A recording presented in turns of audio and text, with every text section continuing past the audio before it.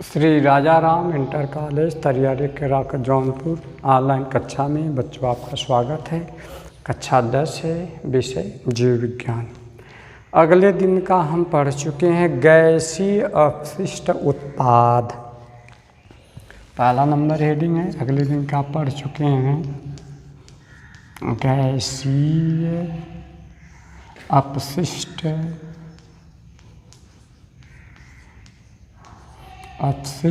उत्पाद।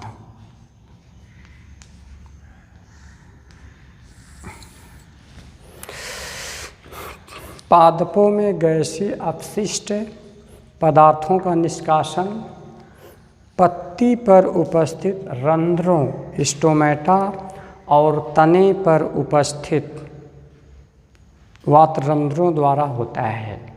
गैसीय अपशिष्ट उत्पाद। पादपों में गैसीय अपशिष्ट उत्पाद पदार्थों का निष्कासन पत्ती के माध्यम से पत्ती के दोनों सतह पर ऊपर और नीचे दोनों तरफ छिद्र स्टोमेटा रंध्र छिद्र पाए जाते हैं, जिनके माध्यम से गैसीय अपशिष्ट उत्पाद पत्ती पर उपस्थित रंध्रों के द्वारा तथा तने में उपस्थित जो है वातरंध्र के माध्यम से होता है।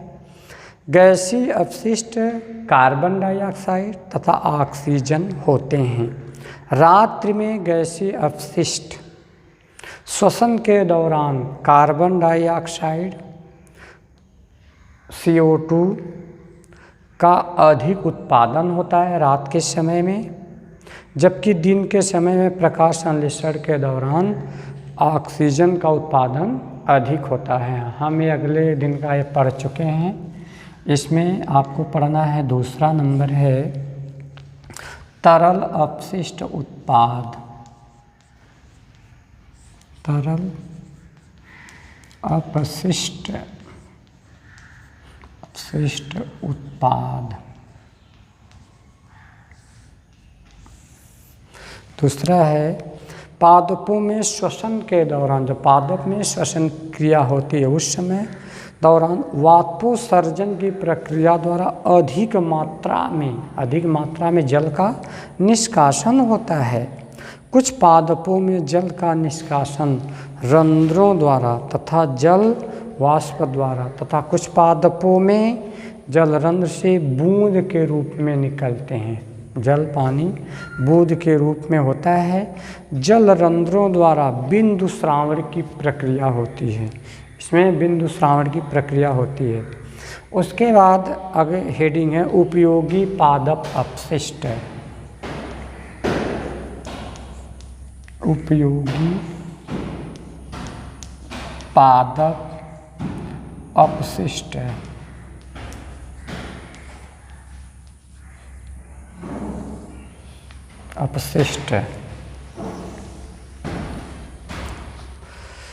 उपयोगी पादप अपशिष्ट निम्नलिखित हैं, जिसमें से पहला नंबर है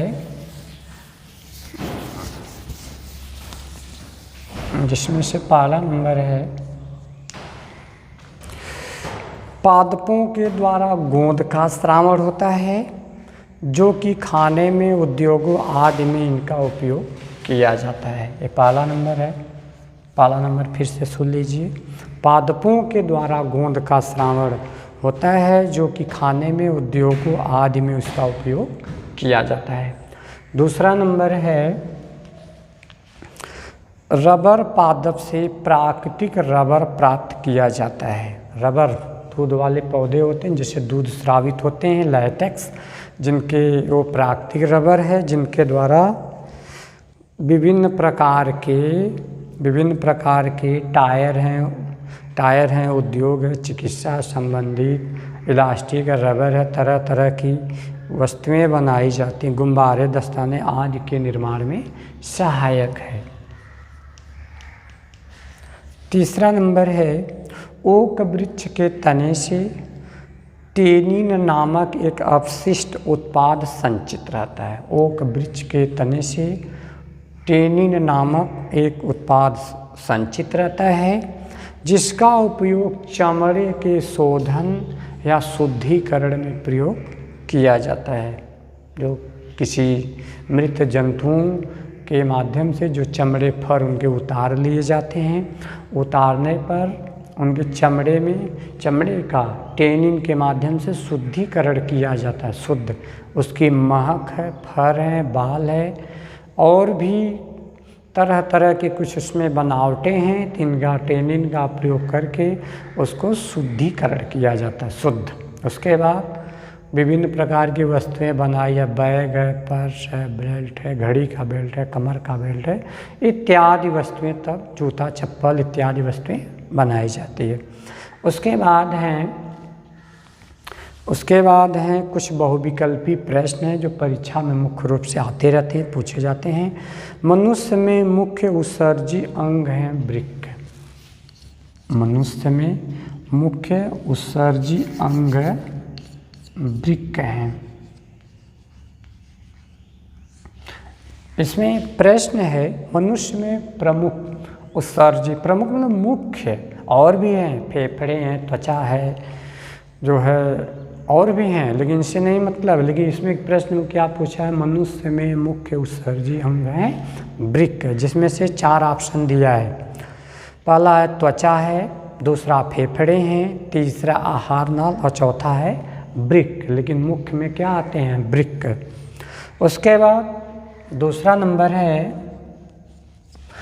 नंबर है मनुष्य के मुख में लार ग्रंथियों की संख्या होती है।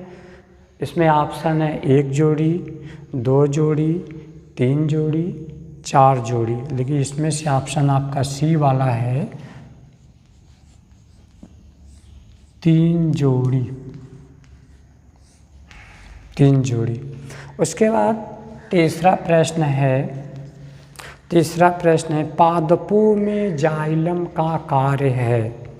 पहला है ऑप्शन है ये है उत्सर्जी वर्ज्य पदार्थों का संवहन, दूसरा है जल का संवहन, तीसरा है भोजन का संवहन, चौथा है अमीनो अम्ल का संवहन। देखिए इसमें से आपका बी वाला ऑप्शन है जल का संवहन, जल का संवहन तीसरा ऑप्शन है। उसके बाद चौथा नंबर है शुद्ध रुधिर को शरीर के विभिन्न भागों में ले जाती है। शुद्ध रुधिर यानी प्योर ब्लड को शरीर के विभिन्न भागों में ले जाती है। तो इसमें ऑप्शन है ए वाला है शिराएँ हैं, दूसरा है महाशिरा, तीसरा है दायां नीलय, चौथा है डी वाला महाधमनी। जिसमें से चौथा ऑप्शन आपका यही सही है,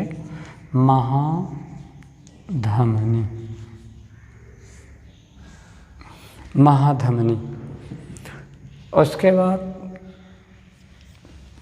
5वां नंबर है पल्मोनरी शिरा खुलती है अथवा पल्मोनरी शिरा रुधिर लाती है अथवा पल्मोनरी शिरा या शुद्ध रक्त आता है। इसमें से 1, 2, 3 प्रश्न पूछे जा रहे हैं, लेकिन सबका उत्तर एक ही है। तो फिर से सुन लीजिए, पल्मोनरी शिरा खुलती है। पल्मोनरी शिरा खुलती है, कहाँ खुलती या मिलती है? अथवा पल्मोनरी शिरा रुधिर लाती है अथवा फेफड़ों से शुद्ध रक्त आता है। क्या है? बाएं अलिंद में, दाहिने नहीं बाएं अलिंद में। ऊपर अलिंद होते, नीचे नीले होते, नीचे नीले ऊपर अलिंद होते हैं, तो बाएं अलिंद में। आपका ऑप्शन बी वाला सही है, बाएं अलिंद में, बाएं अलिंद में।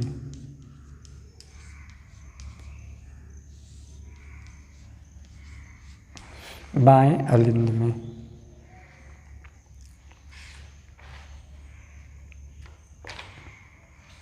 उसके बाद अगला वाला है 6वां है मनुष्य में दुग्ध ग्रंथि रूपांतरित रचना है। मनुष्य में अगला प्रश्न है मनुष्य में दुग्ध ग्रंथि रूपांतरित रचना है। पहला ऑप्शन है स्वेद ग्रंथि की, दूसरा है तेल ग्रंथि की, तीसरा है लार ग्रंथि की, चौथा है जठर ग्रंथि, जिसमें से आपका ऑप्शन ए वाला सही है, स्वेद। स्वेद ग्रंथि की।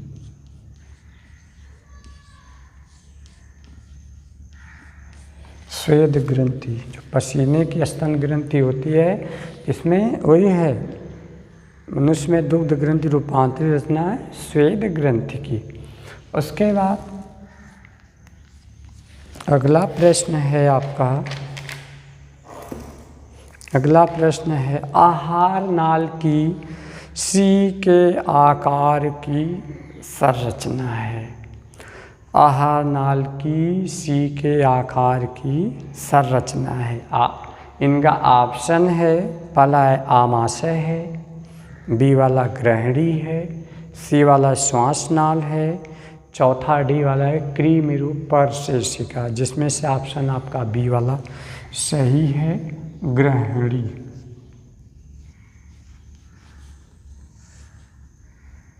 जिसमें से आपका ऑप्शन ग्रहणी।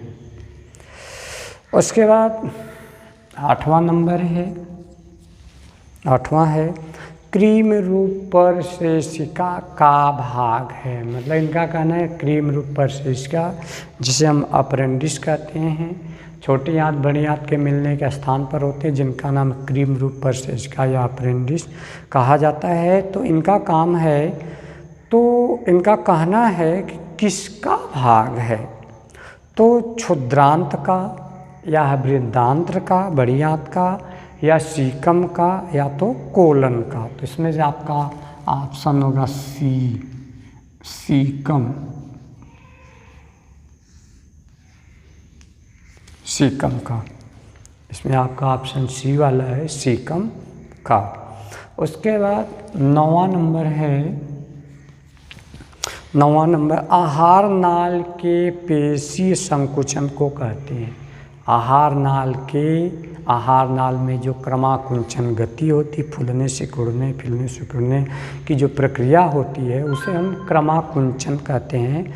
तो वही है, आहार नाल के पेशी संकुचन को क्या कहा जाता है। पहला ऑप्शन है क्रमाकुंचन, दूसरा है पाचन, तीसरा है परिसंचरण, चौथा है अवशोषण, जिसमें से आपका ऑप्शन होगा ए वाला क्रमाकुंचन।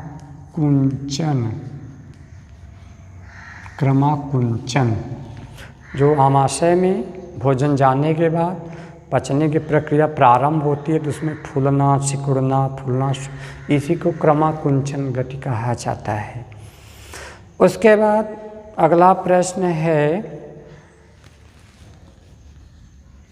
10वां नंबर है मनुष्य के प्रत्येक जबड़े में चवर्णक दंतों की संख्या होती है।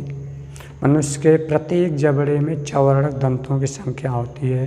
पहला ऑप्शन ए है 2 है, दूसरा 4, तीसरा 6, चौथा है 8, जिसमें से 6 है आपका 6। ये ऑप्शन है सी वाला 6, चवर्णक दांतों की संख्या, जिसमें से कृंतक, रदनक, अग्र चवर्णक और चवर्णक दांत 4 प्रकार को, कृंतक, रदनक, अग्र चवर्णक और चवर्णक, जिसमें से तो पूछ रहा है चवर्णक दंत की संख्या कितनी होती है, 6 होती है।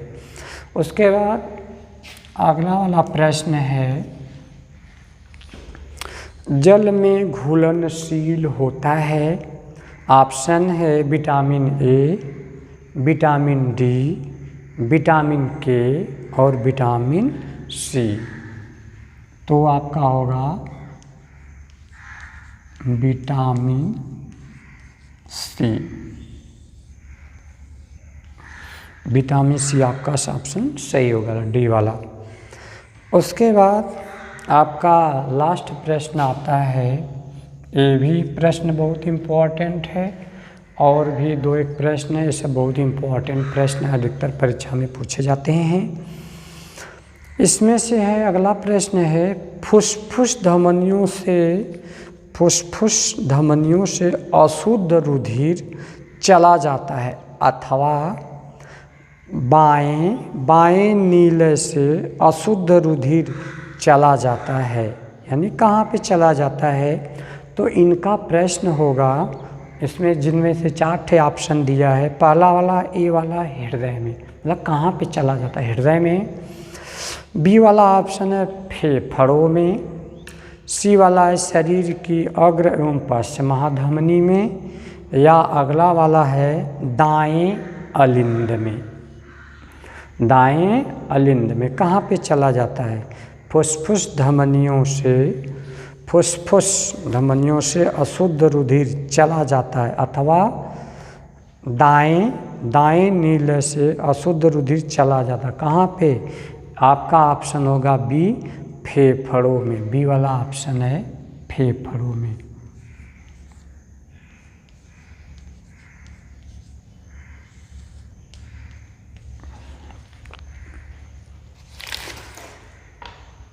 उसके बाद आपका यह समाप्त होता है।